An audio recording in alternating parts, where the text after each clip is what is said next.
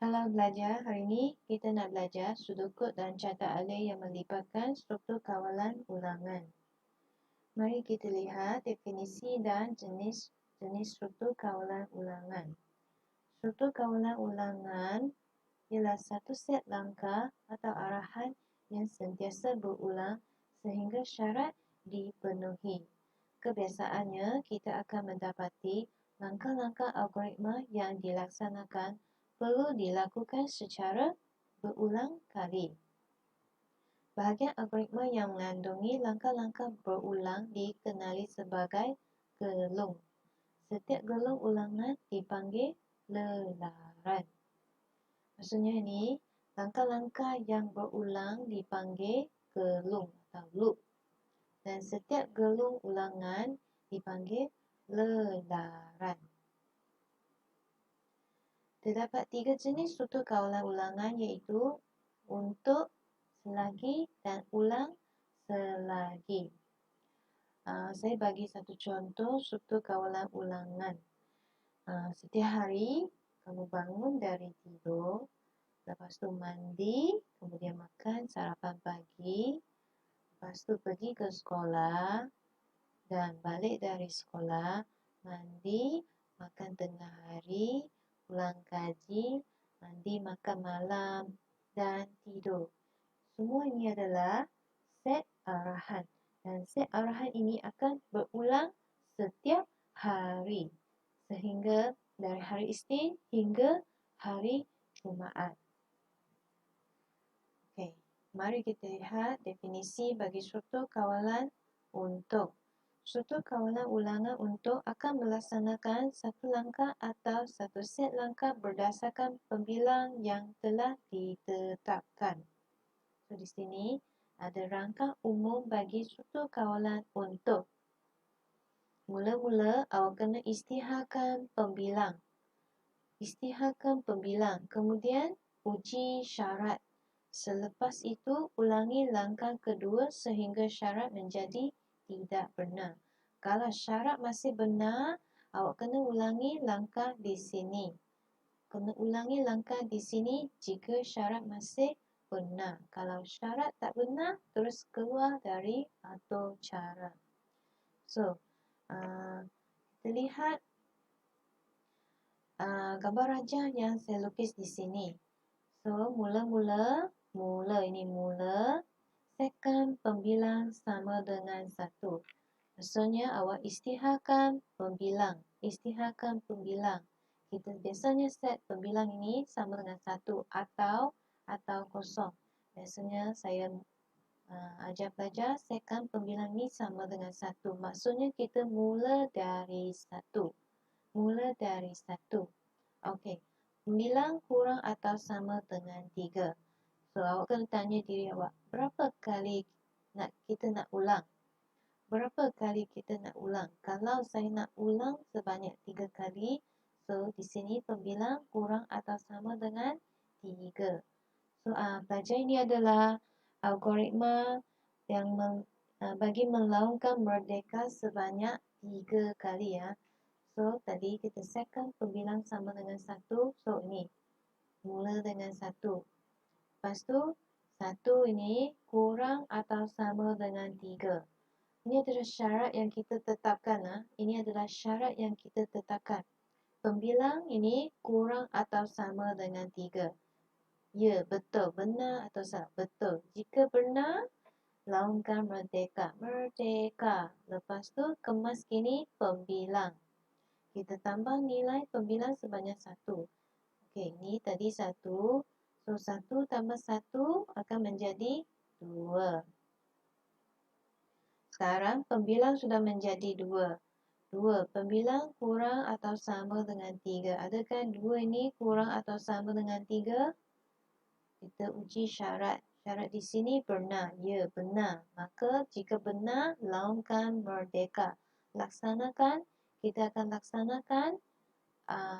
laksanakan arahan lah. Lepas tu, kemas kini pembilang. Kemas kini pembilang iaitu 2 tambah 1. Tambah 1 tambah 1 pada tambah nilai pembilang sebanyak 1. 2 tambah 1 akan menjadi 3.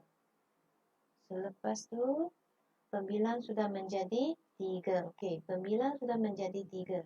Adakah 3 ini kurang atau sama dengan 3? Kita uji syarat. Ya, jika benar, laungkan merdeka. Dan kemas kini pembilang. Tambah nilai pembilang sebanyak 1. 3 tambah 1 akan menjadi 4. Jadi, kita pergi uji syarat lagi. Okey, adakah pembilang kurang atau sama dengan 3? Oh, tidak benar. Syarat di sini tidak benar. Jika tidak benar, tamat. Terus keluar dari sistem. Okey. So, kita lihat balik di sini. Ini rangka umum suatu kawalan untuk. So, tadi kita isytiharkan pembilang. So, saya setkan pembilang I sama dengan 1. Integer ialah 1. Pembilang ini 1. Dan kita uji syarat. Adakah pembilang ini kurang atau sama dengan 3? Kalau pembilang kurang atau sama dengan 3, maksudnya syarat adalah benar, pernyataan yang berulang dilaksanakan. Kita akan melaungkan merdeka. Lepas melaungkan merdeka, kita kemas ini pembilang. Dan kita balik ke syarat balik. Kita kena uji lagi syarat di sini. Sehingga kita dapat 4.